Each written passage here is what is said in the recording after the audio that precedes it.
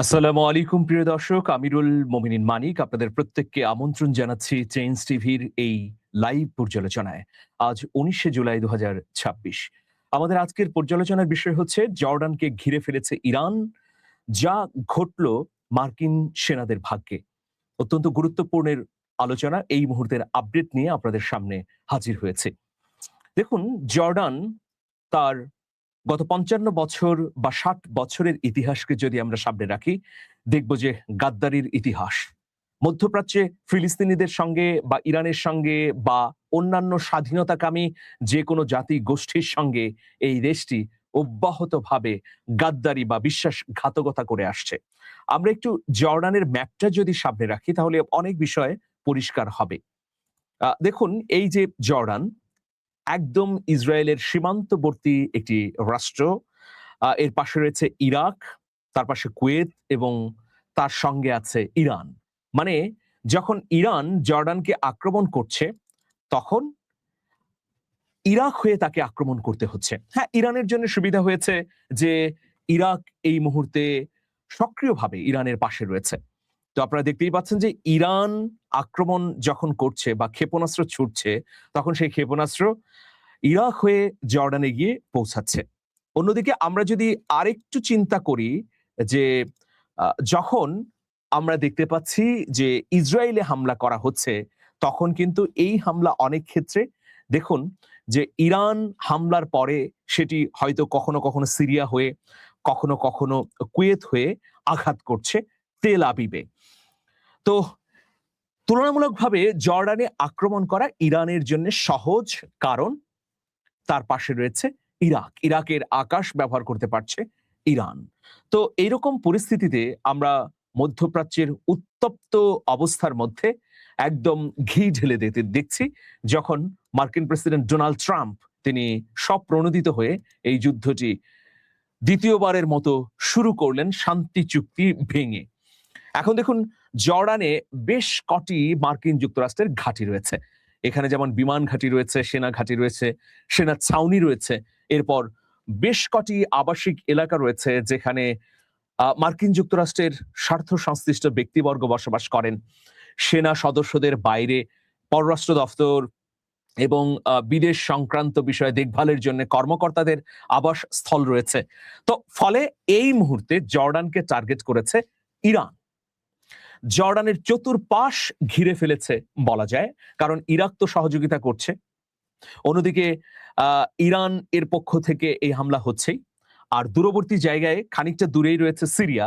সিরিয়াতে ইরানের proxy ally আছে। সেই প্রক্সি অ্যালাইগুলো জর্ডানে হামলার ক্ষেত্রে ইরানকে সহযোগিতা করছে। ফলে এই মুহূর্তের খবর হচ্ছে যে একেবারে জর্ডানের চতুর্পাশ ঘিরে ধরেছে ইরান এবং তার ক্ষেপণাস্ত্রগুলো একদম লক্ষ্যবস্তুতে সুনির্দিষ্টভাবে হামলা করছে। ইরান তার কর্মপন্থায় খানিকটা পরিবর্তন এনেছে, একটা একটা করে দেশ ধরতে চাচ্ছে। যেমন ধরুন কুয়েত, এরপর কাতার, সৌদি আরব, সংযুক্ত আরব আমিরাতে এই মুহূর্তে হামলা করছে না, কিন্তু জর্ডানকে টার্গেট করেছে এই কারণে যে যখন কাতার, সৌদি আরব এবং সংযুক্ত আরব আমিরাতে মার্কিন যুক্তরাষ্ট্রের সেনাদের উপস্থিতি খানিকটা কমে গেছে, তখন জর্ডানে কিন্তু প্রতিনিয়ত বাড়ছে। বিশেষ করে এই মুহূর্তে যুদ্ধ পরিচালনার জন্য নৌ, স্থল এবং আকাশপথের সেনাদের কিন্তু জর্ডানেই মজুত করা হয়েছে। তাদেরকে প্রশিক্ষণ দেয়া, নির্দেশনা দেয়া, জর্ডানের সাব ক্যাম্প খুলে সেখান থেকে পেন্টাগনের সঙ্গে যোগাযোগের মাধ্যমে ইরানের বিভিন্ন জায়গায় হামলা করা হচ্ছে।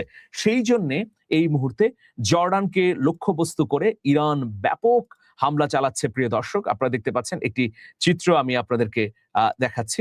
তো ব্যাপক হামলা করছে।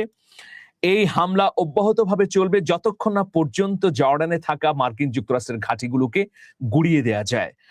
আমরা যে তথ্য পেয়েছি যে পূর্ণদমে সামরিক অভিযানেরও প্রস্তুতি চলছে।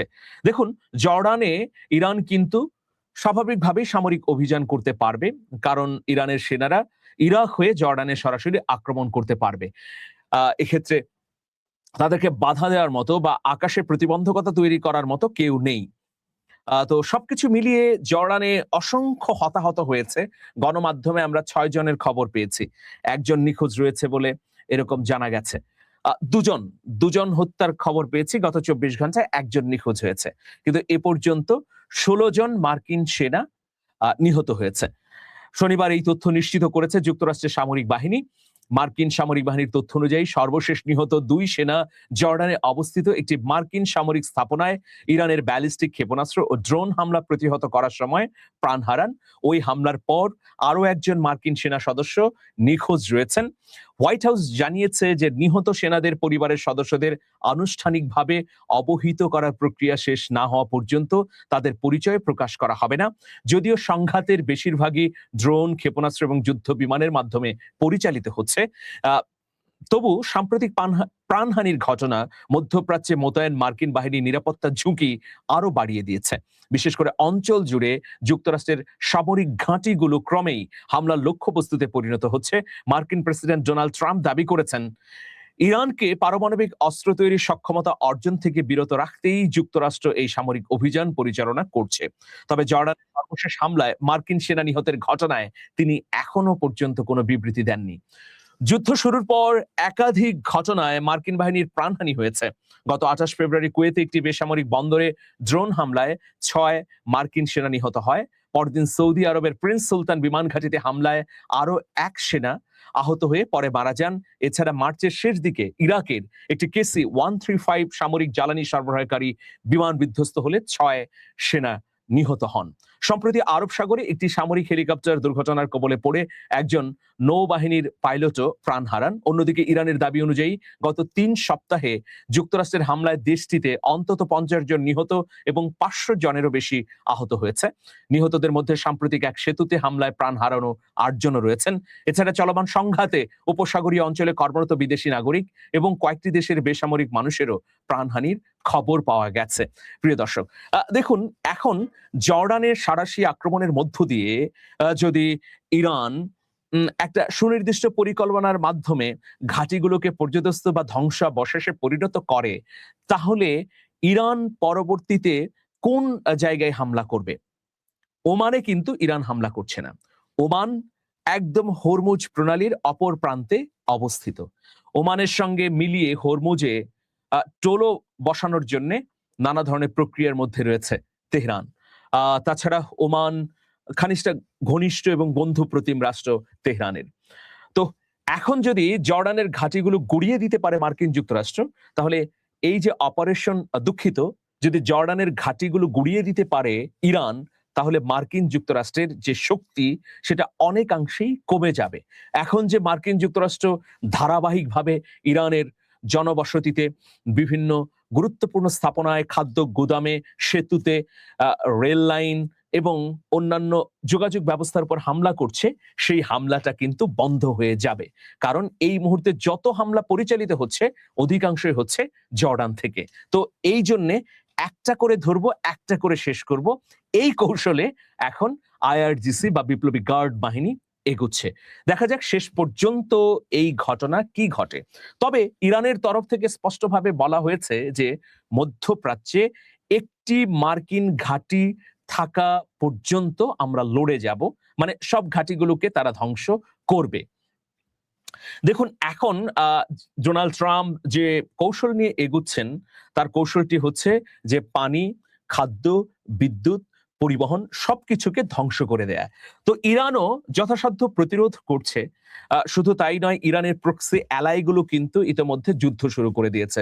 হুথি যুদ্ধ শুরু করেছে, হিজবুল্লাহ তো করছেই, হামাস, যে হামাস এর অংশ লেবানন থেকে পরিচালিত হয় সেই হামাস, এবং কাতাইব হিজবুল্লাহ নামে আরেকটি প্রক্সি অ্যালাই আছে, তারা কাজ শুরু করেছে।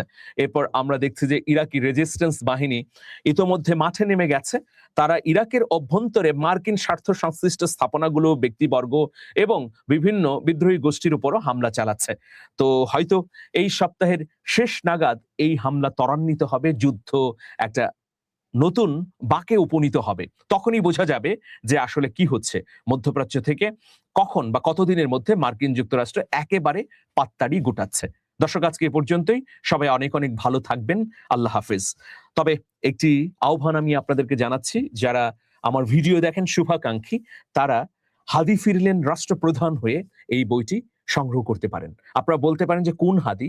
হাদি তো শহীদ হয়েছেন, হ্যাঁ, সেই রহস্য উন্মোচিত হবে এই উপন্যাসটি পড়লে। স্ক্রলে দেখানো একটা নাম্বারে আপনারা ফোন করে এটি সংগ্রহ করুন। অনেক অজানা তথ্য, বাংলাদেশের ভবিষ্যৎ পরিকল্পনা, আমরা কোন জায়গায় বাংলাদেশকে দেখতে চাই, সেগুলো রূপক এবং উপন্যাসের ভাষায় এখানে তুলে ধরা হয়েছে।